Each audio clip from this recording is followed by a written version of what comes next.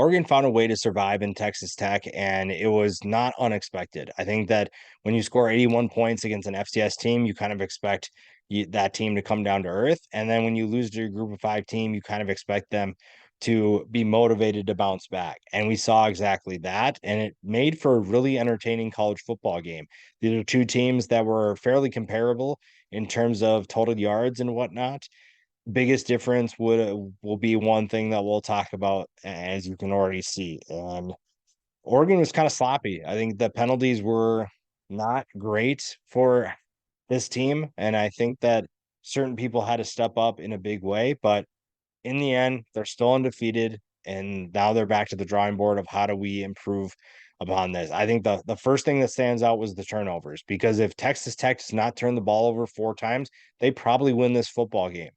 And it's tough if you're a Texas Tech fan. You have two heartbreak games in a row. You lose on the road to a group of five team in Wyoming, and then now you lose at home to Oregon, a team that you felt you had on the ropes.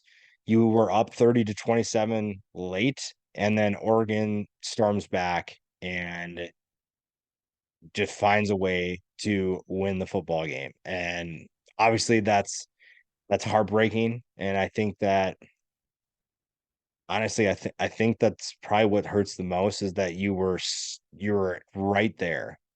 You're right there to win these games, and then you just make some mental mistakes. For the Oregon side of things, at times, Bo Nix was one of the few highlights they had. Bo Nix was leading this team, willing this team to win the football game. And they are very glad that he is back for another year. And he showcased why he is so valuable to this team. There were times where nobody's open. Bo Nix is running for it. There's times where he has no time to throw, but somehow finds his receiver downfield. Bo Nix was very impressive tonight. And I think he was the difference outside of the turnovers, probably between Oregon winning and losing, because it doesn't matter if you create turnovers if your offense doesn't do anything with it. And Bo Nix did a good job of keeping this team in the game. And it was a back and forth game for a while. Bo Nix was so much fun to watch. And again, a big reason why they won this game. And now you have to work with that. You have to figure out what went wrong. I think that the biggest thing is that even though Texas Tech turned the ball over so much, they responded almost to every turnover. I think there was one, I don't remember which one it was. It was either the second or third one, but Tyler Shuck throws an interception and he's trying to hit Jaron Bradley. And Bradley's obviously frustrated coming off the field. And Shuck basically just looks at him like, one, that's my bad.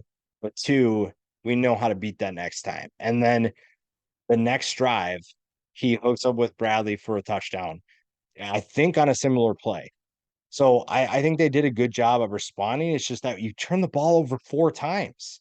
You can't do that. You can't you can't do that against a top 25 team, a team that thinks they can play for a national championship. You just can't do that. You're not going to win football games turning the ball over four times. Penalties also didn't help. Now, Oregon struggled with that more than Texas Tech, but added to the number of things that Texas Tech needed to fix in this game. Tyler Shuck, it was a tough game. I'm not going to lie. It was a tough game for the former Oregon Duck, who was probably a little bit more motivated to win this one and just couldn't get the job done. I think that Bo Nix did a great job. I think that 359 yards and two touchdowns. Shuck had 383 total yards and four touchdowns, but biggest difference is the turnovers. Bo Nix took care of the football. Tyler Shuck did not. And that's honestly the difference, is literally the difference in this game. And you can respond well, that's fine. But in the end, you have to limit your turnovers. And now you're looking at it. This is the Texas Tech team that a lot of people expected to have a breakthrough year, a breakout year, and compete for a Big 12 championship. And technically, yes, they can still do that. They're 0-2 in non-conference play, which does not affect their Big 12 play. But I would worry how much damage this did to this team's morale. I don't know how much they can bounce back after what was a very disappointing loss.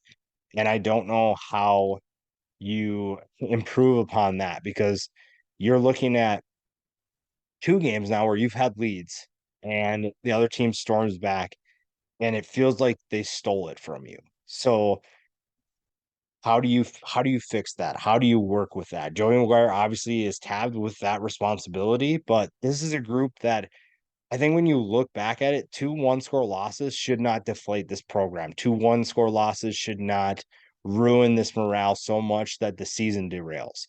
But you do have to fix some things. And Oregon, obviously, I think if you're Oregon, you probably look at this as a wake-up call because the teams that you're going to face will be as explosive as Texas Tech, mainly Washington, USC, Washington State looks good today. Oregon State will give you troubles. There's a lot of teams that Oregon has to worry about. And maybe this is the wake up call that gets them going. But I do know that they're 2-0, which is better than how they'd feel if they were 1-1.